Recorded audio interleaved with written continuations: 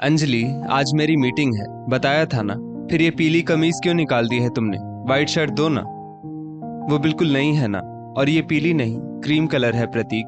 मुझे लगा black trouser पर अच्छी लगेगी। कह दिया ना मैंने, मुझे वाइट शर्ट ही चाहिए। प्रतीक ने इतनी जोर से कहा कि सकपकाकर अंजलि शर्ट निकालने चली गई। प्रतीक के निकलने के बाद अंजलि उदास सी सोफे पर बैठ गई। क्या हुआ बहू, परेशान दिख रही हो? ससुर राधेश्याम जी ने पूछा। पापा जी, आपको नहीं लगता प्रतीक दिन ब दिन चिड़चिड़े होते जा रहे हैं, जबकि ऐसा स्वभाव तो कभी नहीं था उनका? हाँ बहू, मैं भी देख रहा हूँ। आजकल कुछ ज्यादा ही हर बात पर जिद रहती है उसकी।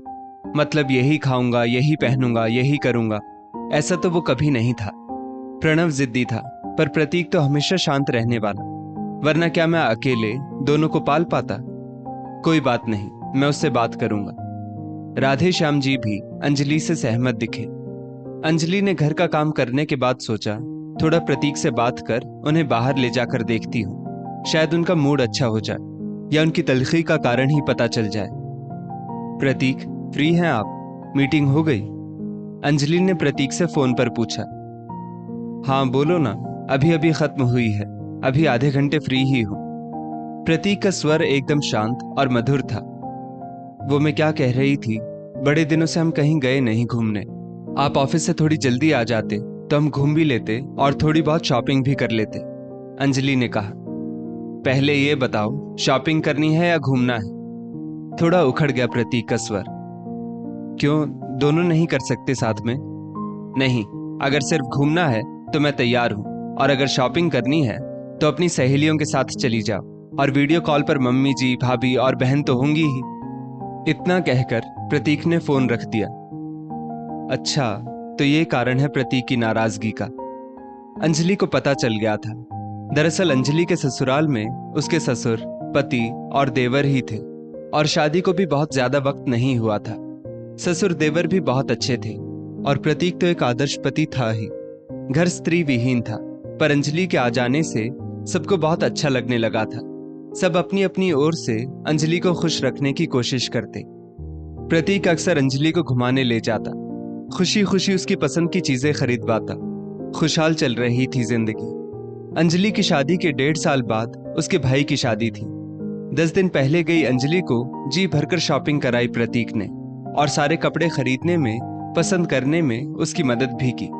खुद अंजलि ने भी अपने लिए ढेर सारे कपड़े खरीदे, प्रतीक की ही पसंद के।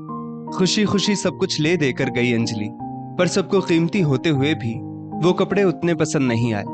यही नहीं, उसकी एक सहेली ने भी किसी फंक्शन में उसे टोक ही दिया। क्या अंजलि, तेरी पसंद को क्या हो गया? कैसा लहंगा डाल रखा है, कुछ ढंग का पहन लेती ना। भाई की शादी से लौटकर आई अंजलि अब प्रतीक की पसंद की चीजों से कतराने लगी थी।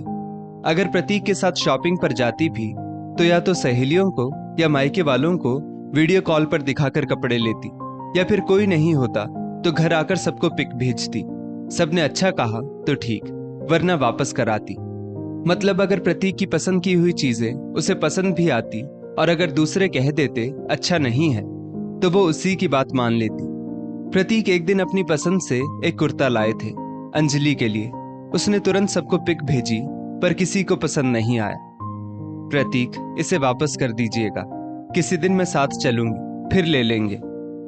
रख लो ना अंजलि, बहुत प्यार से लाया हूं। पसंद नहीं तो बाहर पहनकर मत जाना, मेरे लिए ही पहन लेना घर में। अरे घर में कैसे, इतना महंगा कुर्ता। मैंने कहा ना, आप वापस कर दो, दूसरा ले लेंगे। सबने कहा इसका कलर ही नहीं, वर्क भी बेकार सा लग रहा है।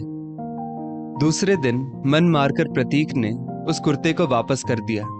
ऐसे ही एक बार ऑफिशियल टूर से लौटा प्रतीक एक बहुत अच्छी साड़ी लाया था अंजलि के लिए। अंजलि को उसका कलर बहुत पसंद आया, पर उसका वही कलर अंजलि के घर में किसी को पसंद नहीं आया। अब इतनी दूर से आई साड़ी वापस तो नहीं होती, तो उसे बुझे मन से अलमारी के एक कोने में डाल दिया अंजलि ने। शुरू शुरू में प्रतीक ने बहुत अनुरोध किया उससे उस साड़ी को पहनने के लिए, पर अब कहना छोड़ दिया था। यही नहीं, अब वो उसके साथ शॉपिंग पर भी नहीं जाता था। अंजलि को भी इससे ज्यादा दिक्कत नहीं थी, क्योंकि ऐसे भी प्रतीक की पसंद का तो कुछ लेना भी नहीं होता था अब उसे। और अपनी ही नहीं, प्रतीक की चीजें भी वो सबसे डिस्कस करके ही लेने लगी थी। तो किसी भी इंसान को बुरा लगना वाजिब ही है। पर प्रतीक को यह बात कहनी चाहिए थी मुझसे। मन में क्यों रखा भला? मैं हमेशा सही रहूं जरूरी है क्या? उन्हें समझाना चाहिए था मुझे। पर अब ये परिस्थिति मेरे कारण आई है तो मैं ही ठीक करूंगी इसे, मन ही मन अंजलि ने सोचा। इधर बहू बेटे की अनबन को देखकर राधेश्याम जी भी परेशान थे। वो अपने मित्रों से मिलते जुलते प्रतीक का ऑफिस खत्म होने के समय उसके पास पहुंच गए।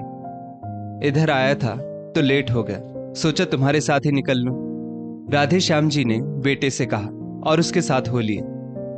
प्रतीक बेटा, आजकल तुम्हारे और बहू के बीच मुझे कुछ ठीक नहीं लग रहा। मैं नहीं जानता कि कारण क्या है और गलत कौन है सही कौन, पर मैं तुम्हारे दृष्टिकोण से ही बात करता हूं। हो सकता है अंजलि की कोई आदत तुम्हें पसंद ना हो, पर कभी उसके पहलू से भी सोचकर देखो ना। घर में हम 3 पुरुष ही हैं और वो अपनी माँ बहनों के साथ रही है। हो सकता है उससे वो गलती उसकी असहजता से हो रही हो, या फिर उसे पता भी ना हो कि वो गलत है। सास बहू का संबंध चाहे जैसा हो, पर जाने अनजाने 2 संस्कारों के बीच का सामंजस्य स्थापित करने में एक पुल का काम करता है, क्योंकि एक स्त्री ही स्त्री के मन को अच्छी तरह समझ सकती है, चाहे वो माने या ना माने। वो तो अपने घर में हम नहीं दे सकते उसे, तो हम सबको उसे समझना भी होगा और समझाना भी होगा। इस तरह से कहां सोचा था अब तक मैंने पापा, और शायद गलती मेरी ही है। अपनी पसंद किसी पर थोपना और नहीं मानने पर नाराज हो जाना तो गलत है ना, पर मुझे लगता था कि वो अपनी सहेलियों और घर वालों की पसंद मान सकती है, तो मेरी क्यों नहीं? तुमने कभी बात की उससे इस संदर्भ में? नहीं। तो बात करो और सुलझाओ। झगड़ा करने से, मुंह फुलाने से और ताना कसने से समस्या हल नहीं होती, बात करने से होती है। राधेश्याम जी से पूरी तरह सहमत दिखा प्रतीक। तभी राधेश्याम जी को सोसाइटी के गेट पर अपना एक मित्र दिख गया, तो वो वहीं उतर गए। डोरबेल बजाते ही अंजलि ने झट से दरवाजा खोल दिया और उसने वही साड़ी पहनी थी जो प्रतीक ने ऑफिशियल टूर से लाकर दी थी। हल्के मेकअप में वो बहुत अच्छी लग रही थी। श्रीमती जी, ये 8वां आश्चर्य कैसे? वो छोड़ो, आप ये बताओ कैसी लग रही हो? बहुत सुंदर, मेरा तो दिल खुश हो गया। शॉपिंग चलें? बिल्कुल चलेंगे। प्रतीक की तुरंत ही सहमति से थोड़ी आश्चर्यचकित हुई अंजलि, पर फिर खुद बोली, आज की सारी शॉपिंग आपकी पसंद से, वीडियो कॉल्स भी नहीं, पिक भी नहीं।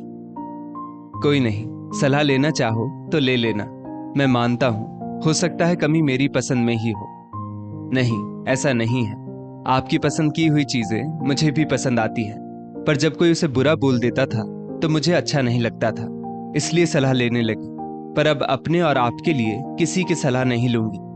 आप हैं ना मेरे दर्पण, आपके चेहरे पर झलके प्यार से मुझे पता चल जाएगा कि मैं अच्छी लग रही हूं या नहीं। हाँ, किसी और की खातिर खरीदना हुआ तो उनसे पूछ लूंगी। आखिर दुल्हन तो आपकी हो ना, अपने मायके वालों की तो नहीं। कहकर अंजलि ने आंख मटकाई तो प्रतीक जोरों से हंस पड़ा और उसकी तरफ बढ़ गया। दोस्तों, इस स्टोरी को लेकर आपकी क्या राय है? नीचे कमेंट करके जरूर बताइएगा, और ऐसी ही और भी बेहतरीन वीडियोस के लिए हमारा पेज जरूर फॉलो करें।